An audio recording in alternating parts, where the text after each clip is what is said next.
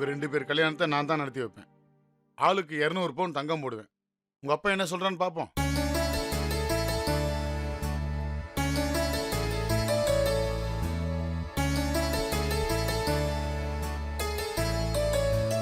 சாப்பிடுங்க.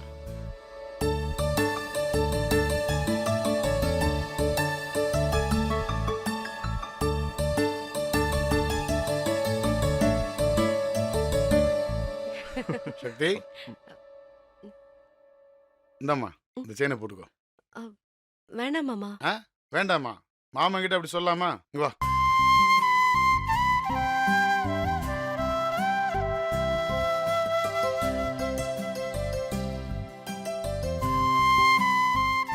நல்லா இருக்குமா உனக்கு? எதுக்கு மாமா இதெல்லாம்? என் மருமகளும் நான் போடுறேன், நீ எதுவும் சொல்லக்கூடாது.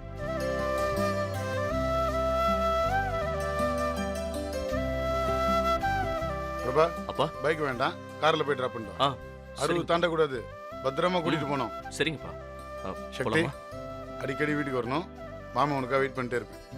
சரிங்க மாமா, போயிட்டு வரேன். ம், போலாம். கூட்டு போ. வரேன்ப்பா.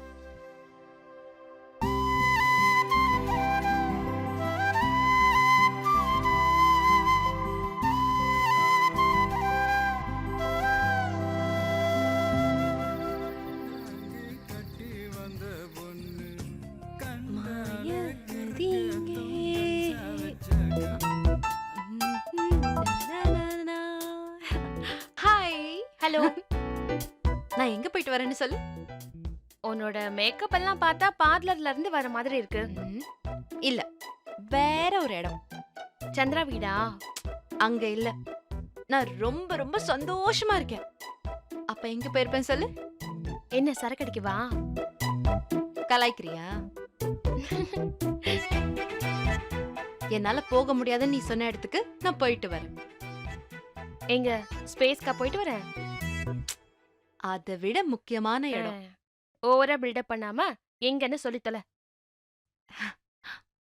பிரபா அவங்க வீட்டுக்கு கூட்டிட்டு போக மாட்டான்னு சொன்னல, ம். அங்கதான் போயிட்டு வரேன். ஓ. என்ன, நீ மட்டும்தான் எல்லாம் செய்ய முடியும்னு ரேவதி அத்தை வீட்டுக்கு போயிட்டு வந்து பந்தா பண்ணல, நாங்களும் போயிட்டு வந்துட்டோம்ல. நான் சொன்ன மாதிரியே நீயும் அப்பா கிட்ட சொல்லு, சமத்தியா இருக்கும். நீ அப்பா கிட்ட சொன்னா நான் அம்மா கிட்ட சொல்லுவேன். சொல்லு சொல்லு சொல்லு. எப்படி கவனிச்சாரு தெரியுமா? மருமகளே மருமகளேன்னு ஒரே கொஞ்சம் தான். நீ என்னமோ அத்தை சோறு போட்டாங்கன்னு சொன்னல, எங்க பாரு. மாமா எனக்கு செயின் போட்டிருக்காரு. செயின் இருக்கட்டும் இருக்கட்டும். அப்பா கிட்ட கேட்டா இப்பவே இதை விட பெருசா எனக்கு செயின் வாங்கி கொடுப்பாரு. அப்பா கேட்டு வாங்கி கொடுக்கறது வேற, மாமா கேட்காமலே கொடுக்கறது வேற. ஓ.